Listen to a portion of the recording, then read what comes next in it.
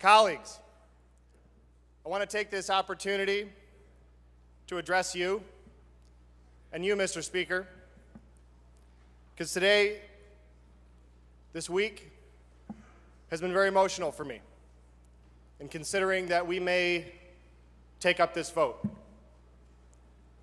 I want to remind you what we are voting on today. After decades in this state of saying it does not matter what your income is, it does not matter who you are, when you get in an auto accident and you have to go to that hospital and that ER, you're covered. You're covered. Michigan was the only state in the country to guarantee that. But why is that so bad? Why is it bad to say to our neighbors, you're covered? So what we are doing today, we're standing on the doorstep, we're standing on the cliff, we're standing at the end of the road for a system that has stood up for our neighbors and our residents and our friends and our family members for decades. And we are saying goodbye. And so what I would like to do today, just briefly, is deliver a little bit of a eulogy, because I see the writing on the wall. I see where the votes are going, and it stabs me to my very core. And some people say it's not politically expedient for me to take this position. Some people say I'm falling on a sword for this vote. But my heart's already bleeding. I have no room left.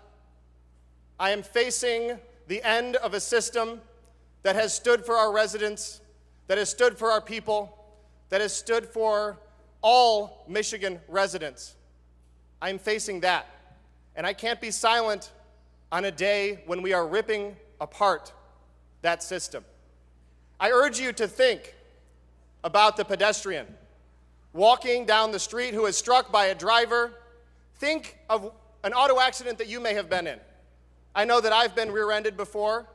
I know that I've hit ice before. We have a very snowy state. Think of that time, the moments in which you are in that accident, the crunch of the metal, and maybe of the bone in your leg or your spine or your skull, the blood flowing down your leg, the pain that you may not even feel in the moment because the adrenaline is rushing.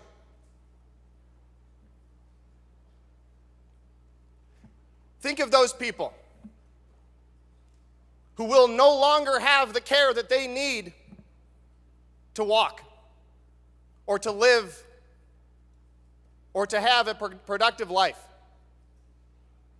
When you're capping their benefits at $250,000, Mr. Speaker, you are sentencing them to death. That is unacceptable in a state that eliminated the death penalty over 100 years ago. We cannot do that.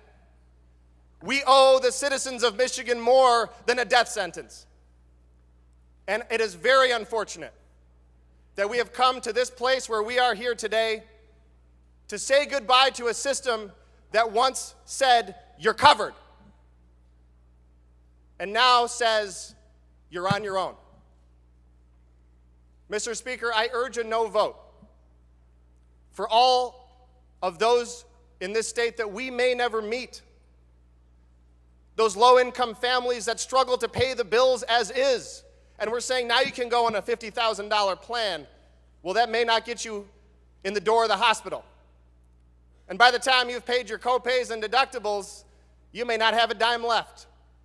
You may have had to sell off all your assets, mortgage everything that you have just to stay alive. And in the end, it might not be enough. I will not stand silently by when my state is being driven into a state of moral dispassion. It is unacceptable, Mr. Speaker, that we are at this moment right now where we are casting aside our fellow residents to the cold, to the wind, and to the elements. And with that, Mr. Speaker, I will end my eulogy and ask my colleagues to join me in voting no on this Senate Bill 1. Thank you.